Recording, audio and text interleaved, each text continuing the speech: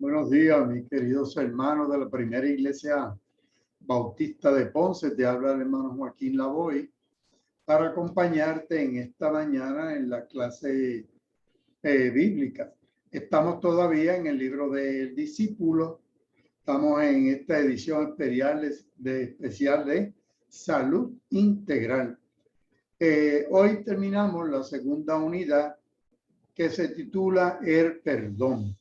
Esta lección, en la número 8, es en el Evangelio según San Juan, en el capítulo 21, versos del 15 al 19, y se titula El perdón nos trae nuevas oportunidades. El objetivo de la lección en este día es presentar cómo el encuentro entre Jesús y Pedro testifica del perdón, de la redención que la humanidad ha encontrado en Cristo Jesús, mediante su sacrificio en la cruz. Es reconocer las oportunidades de perdón, salvación y reconciliación que el Señor nos ofrece mediante su gracia. Identificar cómo podemos responder en obediencia y fidelidad al llamado que hace a nuestra vida.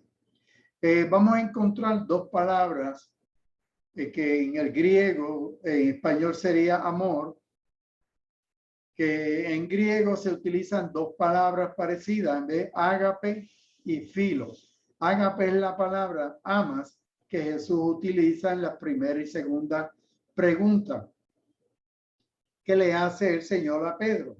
Proviene del griego ágape. Se refiere a un amor único y muy preciado. El amor que se tiene hacia una persona basado en una apreciación sincera y de alta estima. Filos es la respuesta de Pedro. Al referirse al concepto amor, alude a la palabra de raíz griega filos. Este concepto se refiere al amor o afecto que se tiene a una persona basado en asociación. Es el amor a un amigo, a un familiar. Es más instintivo y afectivo, mientras que el amor ágape contiene un elemento de intelecto y voluntad. Esta lección da cierre a la unidad del perdón. En la primera lección examinábamos el perdón desde la perspectiva de quien perdona. Recuerden esa lección, José, el encuentro con sus hermanos. En la segunda lección abordamos el perdón de la perspectiva de la persona que pide perdón. Y aquí tenemos a Jacob, Israel, pidiendo perdón a su hermano Esaú por todas las que le había hecho. Y en la tercera lección analizamos el perdón desde la perspectiva de quien confiesa sus pecados individuales y colectivos ante Dios. Y ahí tenemos a Nehemías regresando desde Babilonia, desde Persia, para reconstruir el muro de Jerusalén y pide perdón por sus pecados y lo de su pueblo Israel. En esta ocasión exploraremos cómo está nuestra relación espiritual con Dios y cómo sentirse perdonado por Él es necesario para vivir libres de toda culpa y responder a su llamado. Estudiaremos el encuentro entre Jesús y Pedro. El Cristo ya resucitado se le aparece, dialoga con él, con Pedro, le otorga la oportunidad de pedir perdón y sentirse perdonado, y pone luego de esto en sus manos, en la de Pedro, una gran responsabilidad. Vamos a primeramente a repasar los eventos cuando Cristo resucita. El Cristo resucitado se aparece. Luego de la crucifixión y muerte de Jesús, los evangelios testifican su resurrección de entre los muertos. La tumba quedó vacía. Jesús había cumplido su promesa. Pero los discípulos estaban aturdidos y asimilando así su nueva realidad de vida sin su amado maestro. Lucas capítulo 24, versos 30 a 31 dice que cuando ya estaban sentados en la mesa, el Señor tomó en sus manos el pan, habiendo dado gracias a Dios, lo partió y se los dio. Y en ese momento reconocieron a Jesús. O sea que esto es un momento cuando sentados a la mesa, el Señor parte el pan y ellos reconocen que ese es el Señor. También camino a Emaús, los dos discípulos contaron que reconocieron a Jesús cuando se sentaron a comer y el Señor partió el pan. O sea, que antes del estudio que vamos a tener hoy en Juan capítulo 21, ya la escritura, ya el Señor se le había aparecido a los discípulos en el camino a Emaús y aquí sentados a la mesa. Jesús se aparece a 7 discípulos. Vamos a estudiar en esta mañana entonces el último capítulo, que es el capítulo 21 del Evangelio según el discípulo amado, según San Juan. Dice, le dijo a Jesús, venid, comed. Ninguno de los discípulos se atrevía a preguntarle, ¿y tú quién eres? Sabiendo que era el Señor. Ya ellos lo reconocían, pero tenía algo raro y no se atrevían a preguntarle. Este evangelio de Juan, el cuarto evangelio, se escribió desde el área en el Asia Menor, en la iglesia en Éfeso, en la ciudad de Éfeso, hacia el año 100 después de Cristo, terminando ya ese primer siglo. Juan 21:1 dice, más tarde Jesús se apareció nuevamente a los discípulos junto al mar de Galilea. Este es el relato de lo que sucedió. Estamos en el último capítulo del Evangelio de Juan.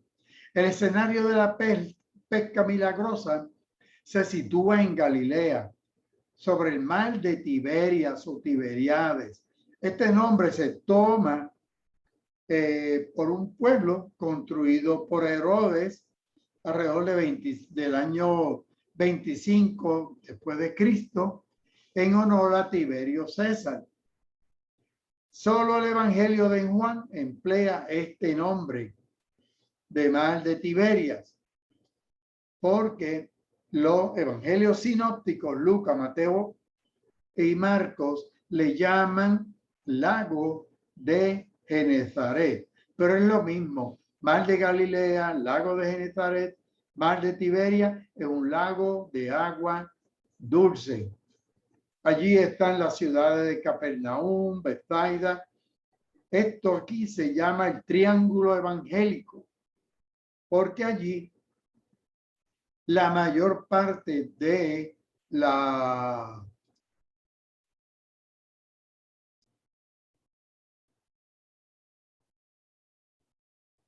mayor parte del ministerio del Señor se dio entre Bethsaida, Capernaum y Corazín, en este triángulo que está aquí. Por eso que se le llama el triángulo evangélico, porque allí se dio el evangelio. Aquí tenemos el mar de Galilea, la ciudad de Tiberias o Tiberiades, por eso se le llama el mar de Tiberias, mar de Galilea, mar de Genezaret o de Kineret. Es un lago de 13 millas de largo, 8 millas de ancho, 141 pies o, en otras palabras, 43 metros de profundidad. Esto es una toma de ese lago de Genezaret. Este bote es un bote que se encontró en el 1986. Hubo una sequía en esa área. Bajó tanto el nivel del agua en el lago que apareció este barco del siglo I de Cristo. O sea, que era la embarcación típica que usaban los pescadores del mar de Galilea. Y están en este bote, está en exhibición cerca del mar de Galilea. Juan 21:2 dice que varios de los discípulos se encontraban allí. Simón Pedro, Tomás, Natanael, los hijos de Zebedeo, que son Juan y Santiago, y otros 2 discípulos, o sea, son 7 discípulos. Este Tomás es el dídimo, el gemelo. Ahora bien, nos interesa la interacción de Jesús y Pedro. El trasfondo que vamos a estudiar ahora es importante porque para el estudio del texto bíblico de esta lección y comprender cómo el perdón nos permite tener nuevas oportunidades para enmendar los errores y decisiones del pasado y para dejar atrás la culpa y el dolor y poder responder al llamado de Dios a nuestras vidas. En otras palabras, el Señor es un Señor de Dios, es un Dios de oportunidades. Jesús es un Dios de oportunidades. Por eso que en esta lección de esta mañana es importante que entendamos que el Señor está restaurando a Pedro para que enmendara los errores y así mismo el Señor trabaja con nosotros para que los errores y decisiones del pasado podamos dejarlos atrás y llevar a cabo la encomienda que Él nos llamó. Juan capítulo 1, verso 40 dice que Andrés, el hermano de Simón Pedro, era uno de los discípulos de Juan el Bautista y habían seguido a Jesús. Entonces llevó a Jesús a Pedro, a donde Jesús, quien al verlo dijo: tú eres Simón, el hijo de Jonás, y tú serás llamado Cefas, que quiere decir Pedro. Pedro en griego, Cefas es piedra en arameo. Así que Simón Pedro le dijo: Señor, ¿a dónde vas? Esto es el capítulo 13, ya el capítulo 13 de Juan. Simón le dice al Señor: ¿a dónde vas? Jesús le responde: a donde yo voy no me puedes seguir por ahora, pero me seguirás después. Pedro le dice: pero Señor, ¿por qué no te puedo seguir ahora? Por ti daré mi vida. Jesús le respondió: tú darás tu vida por mí. De cierto te digo que no cantará el gallo sin que me hayas negado 3 veces. Mateo, esta pericopa la narra de la siguiente forma, Mateo capítulo 26. Pedro le dice: aunque todos te escandalicen de ti, yo nunca me escandalizaré. Jesús le dice: de cierto te digo, esta noche, antes que el gallo cante, tú me negarás 3 veces. Y Pedro le dijo: aun cuando tenga yo que morir contigo, jamás te negaré. Y todos los discípulos dijeron lo mismo, estaban todos de acuerdo, todos eran bien bravos, bien bravos. Pedro fue llamado al ministerio después de una pesca milagrosa, según nos lo narra Lucas capítulo 5. Luego de otra pesca milagrosa, según vamos a estudiar hoy en Juan capítulo 21, Pedro fue restaurado. O sea, el llamamiento al ministerio fue luego de una pesca milagrosa. Y el llamamiento a la restauración también fue después de una pesca milagrosa.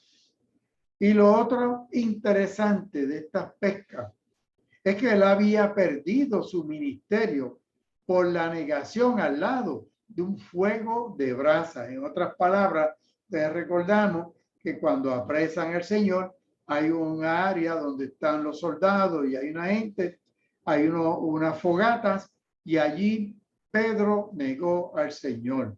Cuando se lo acercaron al fuego, negó al maestro. Sin embargo, ahora en otro fuego, en otra fogata, pero aquí el Señor está preparando los alimentos, los peces. Allí al lado de ese otro fuego de brasa, recupera el ministerio. En otras palabras, hay ocasiones que los fuegos de la vida nos hacen perder el ministerio. Y en otras ocasiones, los fuegos de la vida también nos ayudan a recuperar el ministerio.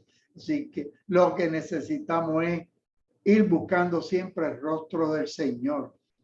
Lucas capítulo 5 nos dice que en cierta ocasión Jesús estaba junto al lago de Genezaret, que es lo mismo, Tiberiades, el lago de Genezaret, el lago de Galilea, y el gentío se agolpaba sobre él para oír palabras. Cuando terminó de hablar, le dice a Simón: lleva la barca hacia la parte honda del lago, echen allí sus redes para pescar. Esto es fíjate que es Lucas capítulo 5. Esto es comenzando los ministerios.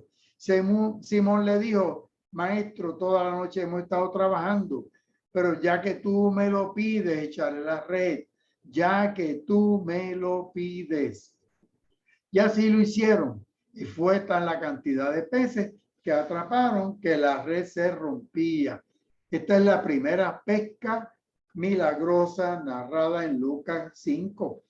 Lucas sigue diciendo que entonces hicieron señas a los compañeros de la otra barca para que vinieran a ayudar a sacar los peces. Cuando Simón Pedro vio esto, cayó de rodillas ante Jesús y dijo: Señor, apártate de mí porque yo soy un pecador. Y es que tanto él como todos los compañeros estaban pasmados por la pesca que habían hecho. También estaban sorprendidos Jacobo, Juan, hijos de Zebedeo. Pero Jesús les dijo a Simón: no temas, que desde ahora serás pescador de hombres. Lucas 5:11. Y llevaron entonces las barcas a tierra. ¿Y qué hicieron? Dejaron todo para seguir a Jesús. En esta primera pesca milagrosa, Pedro es llamado al ministerio, y con Pedro siguió Andrés, Jacobo, Juan y todos los demás. Marcos 1:17 también dice que Jesús le dijo: síganme, yo haré de ustedes pescadores de hombres. Debemos considerar entonces la pesca como simbólica de la misión que Jesús le había asignado de ser pescadores de hombres, en que ellos descubrieron la necesidad de depender de la dirección y el poder de su Señor. Y esto es importante porque en la lección de hoy vamos a ver que empiezan nuevamente, van a pescar. ¿Qué buscaban allí? ¿Encontrarse de nuevo con el maestro? ¿O era tanta la depresión y la desilusión de Pedro, el rencor, el dolor que él sentía por haber negado a su maestro? Porque ya el maestro se le había aparecido, ya Cristo resucitado se le había aparecido. Juan 21:3 dice que Simón Pedro dijo: me voy a pescar. Nosotros también vamos, dijeron los demás. Así que salieron en la barca, pero no pescaron nada en toda la noche. Así, ¿por qué ese me voy a pescar? Es un escape. Pedro y los demás están en un periodo de depresión, escapismo, pero sobre todo Pedro, porque él había negado a su maestro. Y al amanecer Jesús apareció en la playa, pero los discípulos no podían ver quién era. Esta nueva traducción viviente. Está amaneciendo, no se ve bien, y ellos no podían ver quién era. Y cuando estaba ya amaneciendo, dice Reina Valera contemporánea, Jesús se presentó en la playa, pero los discípulos no se dieron cuenta de que era Jesús. O sea, no lo podían reconocer, no se dieron cuenta que era el maestro. Y Juan 21:5 dice que Jesús les preguntó: amigos, ¿pescaron algo? No contestaron ellos. Esa es nueva traducción viviente. Biblia Jerusalén dice: muchachos, no tenéis nada que comer. Reina Valera en 95 dice: hijitos. En otras palabras, la palabra en griego que se utiliza es como, pues, muchacho, hombre, pana, ¿qué ha pasado? ¿No han pescado nada? Entonces les dijo, echen la red a la derecha de la barca y tendrán pesca.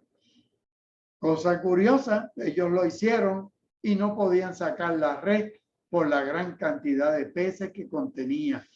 Nuevamente la pesca milagrosa que nos está narrando Lucas en el capítulo 5. Y en el verso 7, entonces el discípulo a quien Jesús amaba, en otras palabras, Juan, que es el que está escribiendo el evangelio, le dice a Pedro, es el Señor. Y cuando Simón Pedro oyó que era el Señor, se puso la túnica porque se la había quitado para trabajar y se tiró al agua y se dirigió a la orilla.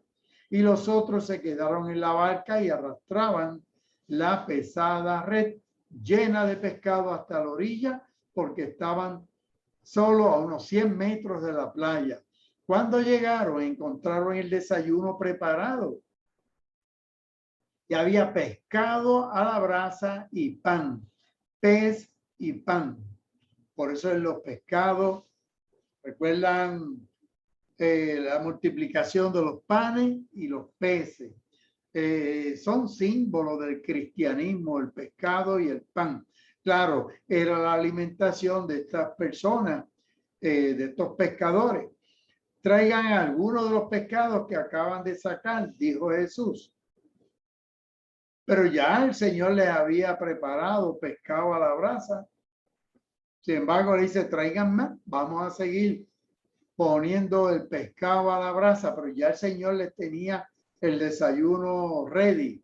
Así que Simón Pedro subió a la barca, arrastró la red hasta la orilla y habían 153 pescados grandes y aún así la red no se había roto.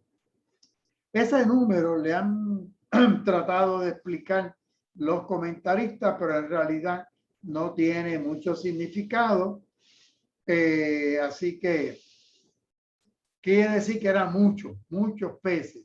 Ahora acérquense y desayunen, dijo Jesús. Ninguno de los discípulos se atrevió a preguntarle, ¿quién eres? Pero todos sabían que era el Señor. Puesto que ellos lo habían reconocido ya, debemos leer la pregunta así. ¿Realmente eres tú? Esta expresión describe un sentir peculiar de los discípulos en presencia del Señor glorificado. Fíjate que es el Señor glorificado. Es Él y sin embargo no es Él.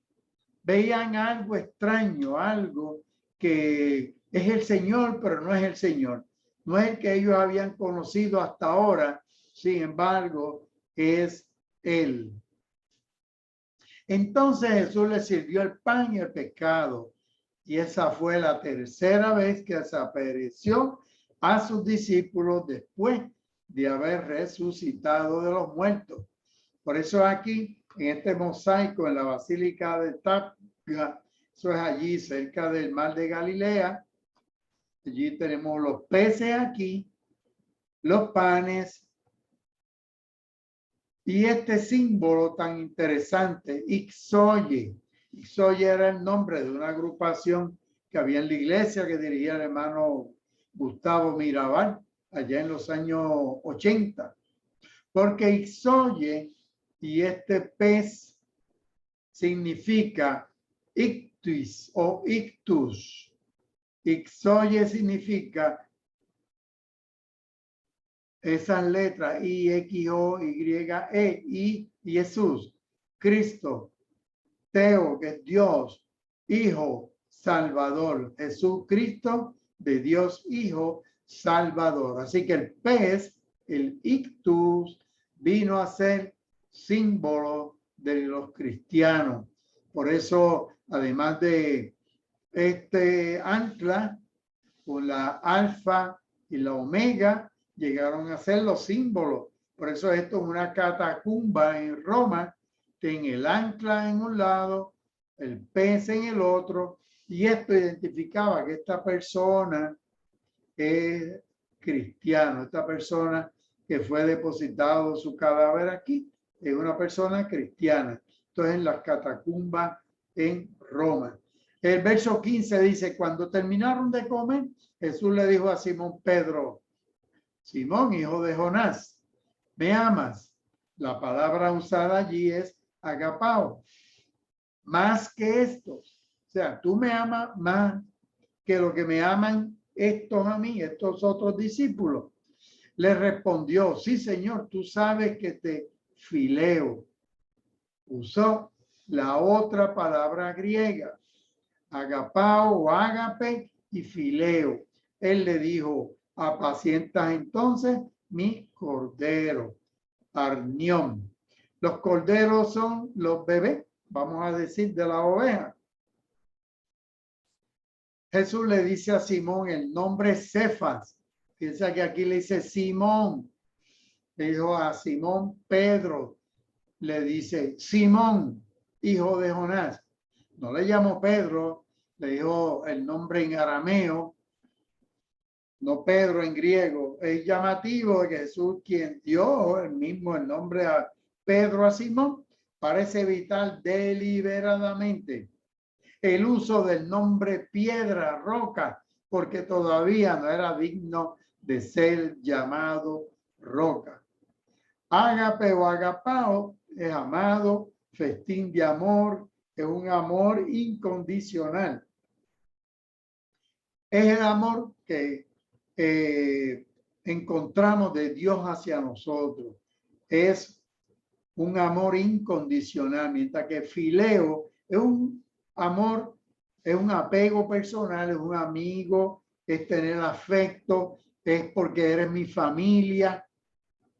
Así que Jesús llamó a Pedro por su nombre, conocía su identidad y lo que había en su corazón. No pasaba desapercibida la culpa y el dolor que Pedro debió haber llevado en su corazón luego de haber negado a su amigo, maestro y señor. Me ama más que esto. La palabra amas que utiliza aquí es ágape, que es ese amor de alta estima. Sí, Señor, tú sabes que te amo, es la respuesta de Pedro. Pero la palabra que usa es filos, es el concepto de amor o afecto que yo le tengo a un amigo. En Juan 3:16, porque de tal manera amó, la palabra es agapao, Dios al mundo, que ha dado a su Hijo unigénito para que todo aquel que en él cree no se pierda, sino que tenga vida eterna. De manera que la palabra aquí es ágape o agapao, cuando es el amor de Dios hacia nosotros. Esto es una oveja y este es el cordero, es una ovejita pequeña. Arnión es la palabra que el Señor le dice a Pedro aquí, apacienta mis arnión, mis corderos, porque el cordero necesita más atención que la oveja grande. La oveja, la palabra es probatón, probatón. Esto es una oveja, esto es un corderito. Y esto es un carnero, el macho. Con los cuernos, por los cuernos estos, se va a reconocer el carnero. Volvió a decirle por segunda vez, Simón, hijo de Jonás, ¿me amas? Pedro respondió, sí, Señor, tú sabes que te quiero. Le dice el Señor, pues pastorea mis ovejas. Ya no los corderos, sino el probatón. O sea que, y la palabra que el Señor le dice aquí es, me amas, agapao, ágape. Y Pedro le contesta, sí, te fileo. Jesús repite por segunda vez o tiene la misma respuesta de Pedro. Esta vez el Señor le dice, pues pastorea mis ovejas. Ya le encargó los corderos y ahora le encarga las ovejas. El verbo pastoreal utilizado aquí en griego implica escucha, presta atención, guía, ayuda. O sea, el pastorear es más que cuídala, va más allá de cuidarla. Esto ya es un rebaño, ya no es un corderito, habla de ovejas en plural. La tercera vez le dice: Simón, ¿me quieres? Pedro se entristeció, ya que la tercera vez ese me quiere del Señor es fileo aquí. Y le respondió: Señor, tú sabes todo, tú sabes que te quiero. Jesús le dice: apacienta mis ovejas. El Señor quiso que 3 veces Pedro afirmara que lo quería. La tercera vez que Jesús repite la pregunta, no hace referencia a la ágape como en las ocasiones anteriores, sino que utiliza el mismo verbo filos, que en griego es amor también, que utilizó Pedro. Así que Jesús le concedió a Pedro la oportunidad, como nos concede a mí, a ti, a toda la comunidad, de borrar de nuestra memoria las triples, las 4, las quintas negaciones que hemos hecho del Señor, para que Pedro pudiera hacer una triple afirmación. Pedro había hecho una triple negación. Para que borrara de su memoria esa triple negación, el Señor lo obliga a hacer una triple afirmación del compromiso de Pedro con su maestro. Mira las preguntas de Jesús. ¿Me amas? Agapao, agapao. Y la última palabra, ¿me amas?, usó la palabra fileo. Pero Pedro las 3 veces usa fileo. Hay comentaristas que hacen mucha diferencia aquí, pero otros entienden que no, que lo que tenemos que estar enfocados es en esto, que Jesús le dio la oportunidad a Pedro, como te la da a ti, como me la da a mí, de que borremos de nuestra memoria las veces que hemos negado al Maestro. Y nos da la oportunidad de que afirmemos nuestro compromiso con la obra, con Él. Y el mandato es: apacienta mis corderos. Luego, pastorea mis ovejas. Por último, apacienta mis ovejas. Así que Jeremías capítulo 23:4 dice: a cargo de ellas pondré pastores. Está el Señor poniendo a Pedro a pastorear, para que cuide, las alimente, y nunca más volverán a tener miedo ni asustarse. Ninguna de ellas se perderá. Palabra del Señor. Así que el Señor le da la oportunidad nuevamente a Pedro de levantarse. Y más allá le dice: de cierto te digo, cuando eras joven te vestías e ibas a donde querías. Cuando ya seas viejo, extenderás tus manos y te vestirá otro, te llevará donde tú no quieres. Cuando eras más joven, más cuando ya seas viejo, hay un contraste en el antes y el después. En un momento dado, Pedro dijo: yo estoy dispuesto a dar mi vida por ti. Así que el Pedro que conocimos al inicio del ministerio de Jesús es muy distinto al que se encontraba frente al Cristo resucitado. Aquel hombre impulsivo, dispuesto y arriesgado, se había convertido en un hombre apocado, muy probablemente frustrado, por eso se tiró a pescar. Así que Jesús le dijo esto para dar a entender con qué muerte glorificaría a Pedro a Dios. Y dicho esto, añadió: sígueme. O sea que después que le dijo todo y le dice de la forma en que va a morir, le dice: sígueme. Estás a bordo de nuevo en el proyecto. Sígueme. Esta palabra encierra un desafío del perdón y de sentirse perdonado. El Señor nos dice: sígueme. El perdón debe estar acompañado de una acción que demuestre la nueva manera de enfrentar la vida, las relaciones humanas y nuestra relación con Dios. Esto es una pintura de la crucifixión de San Pedro del 1600, en donde se le está crucificando boca abajo. La crucificación, esto es otra pintura donde se crucifica.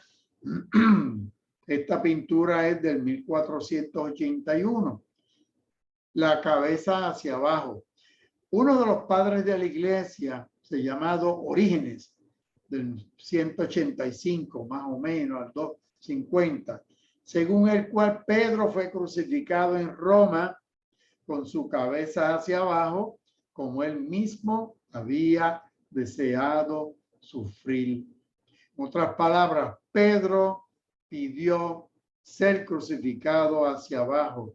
Ya el Señor le había dicho que lo iban a amarrar, que extendiera las manos, otro lo iba a vestir y lo iban a llevar donde él no quería, y le estaba dando a entender de qué muerte, y era crucificado, que iba a morir Pedro. Ahora termina el evangelio, Jesús y el apóstol amado, termina con otro, porque el Señor le está diciendo a Pedro, tú vas a morir. Sin embargo, dice el 21:20 que al volverse Pedro vio que le seguía al discípulo a quien Jesús amaba, el mismo que en la cena se había recostado al lado de él y le había dicho, Señor, ¿quién es el que te entregará? O sea, que está hablando de Juan, que es el que está escribiendo el evangelio. Y Pedro, cuando lo vio, le dice, Señor, ¿y este qué? Como otras palabras, ¿qué va a pasar con él? Como dice traducción viviente. Señor, ¿qué va a pasar con él? Como palabra de Dios para todo. El Señor le dice a Pedro, ¿y a ti qué? Tú sígueme tú. De allí surgió la idea entre los hermanos que aquel discípulo, o sea, Juan, no moriría. Pero Jesús no le dijo que no moriría, sino si yo quiero que él se quede hasta que yo venga. ¿A ti qué? Así que entre la comunidad de los creyentes corrió el rumor de que ese discípulo no moriría. Eso no fue lo que Jesús dijo. Él solo dijo, si quiero que él siga vivo hasta que yo regrese, ¿qué tienes que ver contigo? De hecho, la tradición dice que de todos los apóstoles, Juan fue el que murió ya de anciano, el único que no murió, dicen algunos en la tradición, que no fue martirizado. Otros dicen que sí, que murió mártir también. Este es el discípulo, entonces, que da testimonio de estas cosas y lo que ha escrito, y sabemos que su testimonio es verdadero. Este es el discípulo, es el mismo Juan, hablando de que estas cosas que él escribió aquí son verdaderas. El Padre Nuestro es interesante, dice que cuando lo recitamos, según nos lo enseñó el maestro, perdona nuestras deudas como también nosotros perdonamos a nuestros deudores. Al analizar la oración del Padre Nuestro, reconocemos que el perdón es esencial para nuestra cercanía con Dios. Reconocemos que somos pecadores y que somos llamados a arreglar nuestras cuentas con Dios y con el prójimo. Pedro vivía con el recuerdo de haber negado a Jesús, quien era su maestro, pero también su amigo y su Señor. ¿Cuántas veces nosotros vivimos recuerdo de haber negado al Señor? Cada vez que no obedecemos, cada vez que contristamos el Espíritu Santo, negamos nuestro maestro. Pedro lo negó 3 veces, pero también pudo confesar que lo amaba 3 veces. El Señor es un Dios de oportunidades. Nos da la oportunidad de enmendar nuestros errores. Decimos que nos regala porque es un gesto que nace de su amor y su misericordia. No porque tú y yo lo merezcamos. Es por su gracia. Así quiere Jesús hacer en nuestras vidas. En él hallamos absoluto perdón y salvación. Él desea quitar nuestras culpas, transformar esos pensamientos de derrota, de frustración y de culpa en pensamiento de paz, pensamiento de perdón, de bondad y pensamiento de esperanza. Solo necesitamos confesar nuestros pecados, permitir que su amor nos moldee y que su palabra nos instruya y su Espíritu Santo nos guíe. Aceptemos su llamado, respondamos a su voz, sigamos sus pasos. Oramos. Señor nuestro, gracias por las oportunidades de perdón que tú nos regalas para confesar nuestra fidelidad y nuestra obediencia a ti. Gracias por tu inmenso amor y porque cuando te confesamos nuestros pecados, nos haces libres de toda culpa, dolor y frustración. Ayúdanos a seguirte, a obedecerte y a aprovechar con sabiduría las nuevas oportunidades de vida y de perdón que tú nos regalas. En el nombre precioso de Jesús, te damos las gracias, Señor. Amén y amén. Pues con esta lección de hoy de Juan 21, terminamos esa unidad y la semana que viene estaremos en Primera de Samuel, capítulo 16. Ataques inesperados. Primera de Samuel, capítulo 16, búscalo en tu libro. Primera Bautista de Ponce, en la calle Victoria, esquina Bertol. Aquí tienen los teléfonos, los correos electrónicos y encuéntranos en Facebook y YouTube, Primera Iglesia Bautista de Ponce. Dios los bendiga a todos, Dios los guarde.